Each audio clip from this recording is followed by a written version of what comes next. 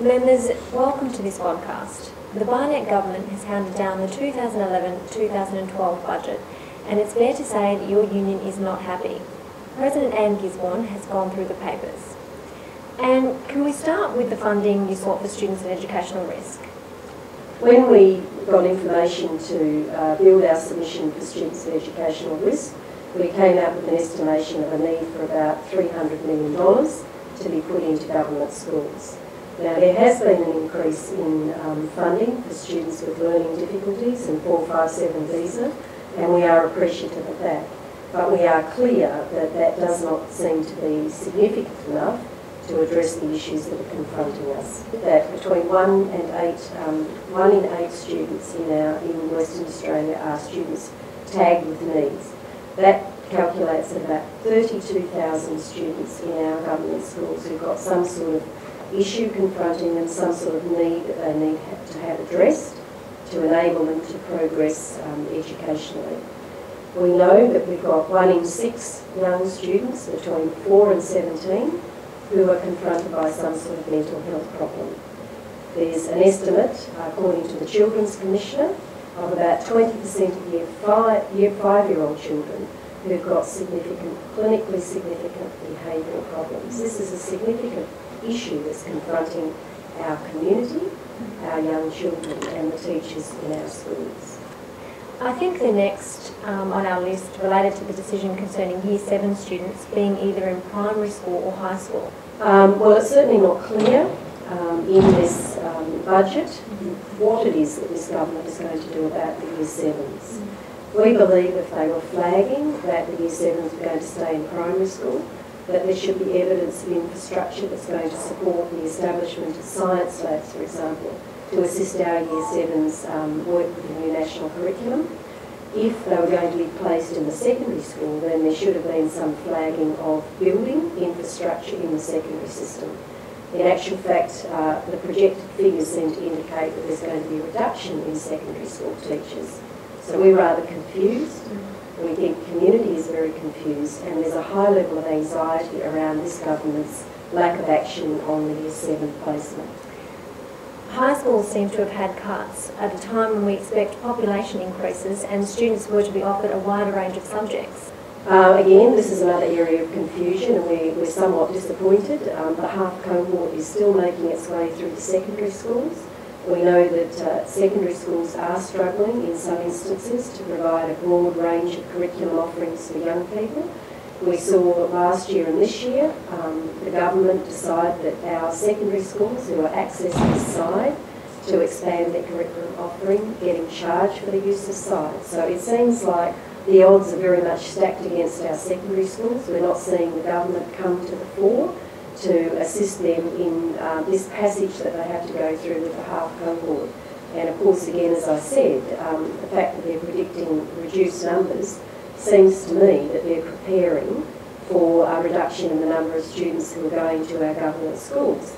And I think from the point of view of our government system, this is something that should be of major concern to community. If this government is actually flagging that they expect that there will be reduced numbers, it seems to me that this government may well be setting the scene for transferring children into the non-government sector rather than supporting our own government schools and ensuring that we can deliver there.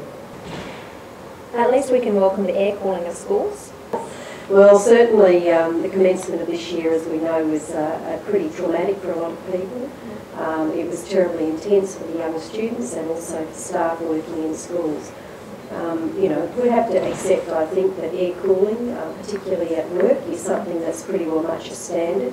So we certainly do welcome the fact that government has actually said that they will support schools getting air cooling in.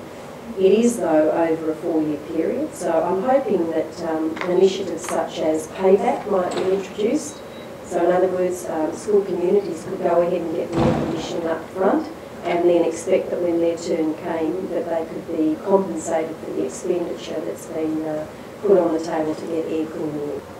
What about Indigenous education? Well, I must admit we're a bit surprised. I mean, Indigenous education certainly is a significant matter.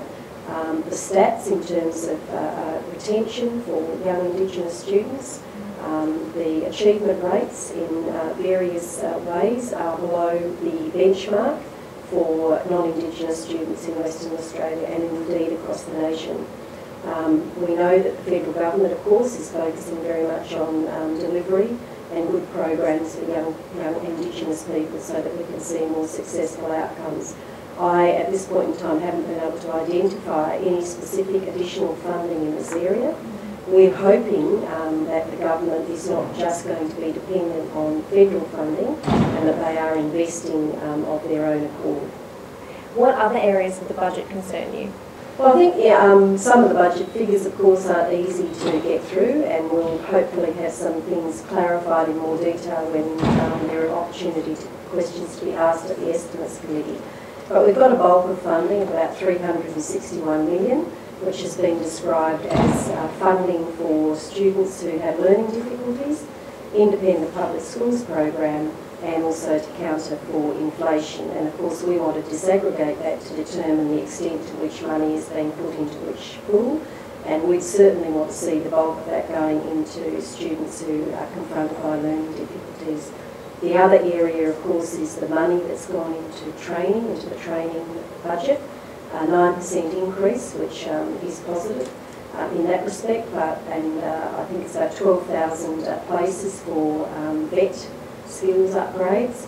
We'd certainly be examining that to see the extent to which Minister Collier makes sure that most of those places go into our own vet colleges, where we know that we've got qualified people who are delivering the programs, and they'll be ones that will provide skills and outcomes for people that are of quality rather than cheaper short-term alternatives through RTOs. The other area I think too is I suppose overall, again, an examination of a state that is at the moment and into the future looking extremely wealthy, and yet we still have, I think, enormous gaps around the focus on young children, putting our kids first in Western Australia. I will just point to another statistic: development.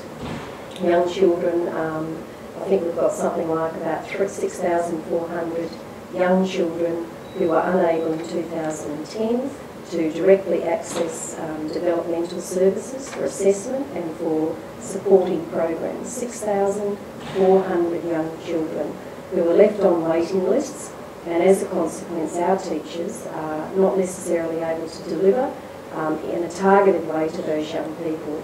Their capacity to engage in learning in a positive and constructive way is delayed. Thanks, Anne. The State School Teachers Union acknowledges and respects the traditional owners of the land on which this program was produced.